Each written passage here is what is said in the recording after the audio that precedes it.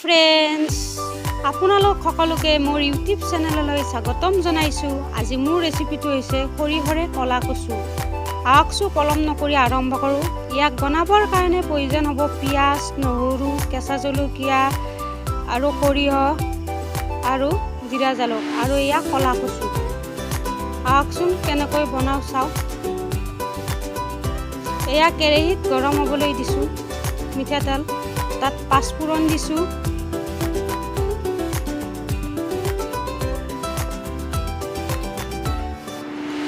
অকণমান এয়া পিঁয়াজ দিছোঁ, এয়া নহৰু দিছোঁ,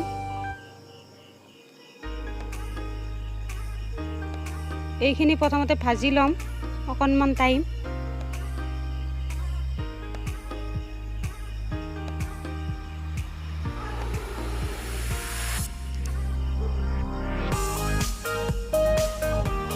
এতিয়া কচুখিনি দি দিছোঁ।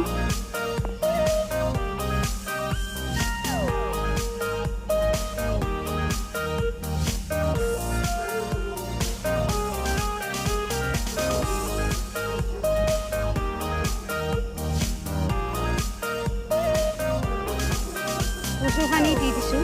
এতিয়া অলপ লৰাই থাকিম অলপ সময়।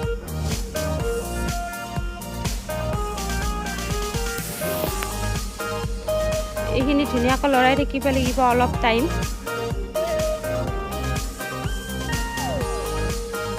এতিয়া জলকীয়াৰ পেষ্টখিনি দি দিছোঁ, সৰিয়হৰ পেষ্টটো দি দিছোঁ, জিৰা জালুকৰ পেষ্টটো দি দিছোঁ।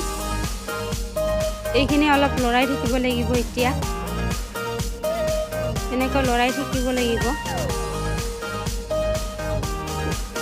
ইয়াতে শুকান মাছো দিব পাৰি বা মাছৰ মূৰাৰেও দিব পাৰি, ধুনীয়া লাগে খাই, কিন্তু আজি নাই, সেইকাৰণে মই অকল কচুৱে বনাইছোঁ। এয়া হালধি দিছোঁ, নিমখ দিছোঁ পৰিমাণ অনুযায়ী। এইখিনি এতিয়া অলপ লৰাই থাকিম।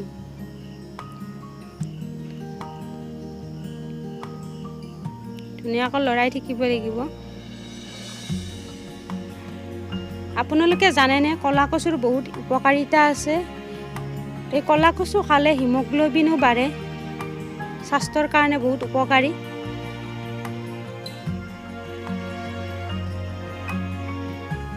এনেকৈ লৰাই থাকিব লাগিব। এতিয়া ঢাকনিখন দিছোঁ যাতে অলপ সময় বস্তুটো ভালদৰে জহে আৰু সিজে। কলা কচু অলপ এতিয়া আমি ভালকৈ আৰু লৰাই থাকিম।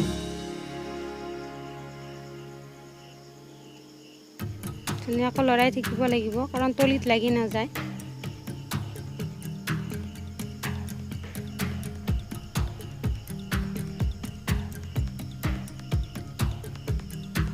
ধুনীয়াকৈ লৰাব লাগিব। এতিয়া অলপ পানী দিছোঁ, পানী দি বস্তুখিনি যাতে ভালকৈ গলি যায় সেইকাৰণে অলপ সময় পানী দি ঢাকনি মাৰি থ'ম।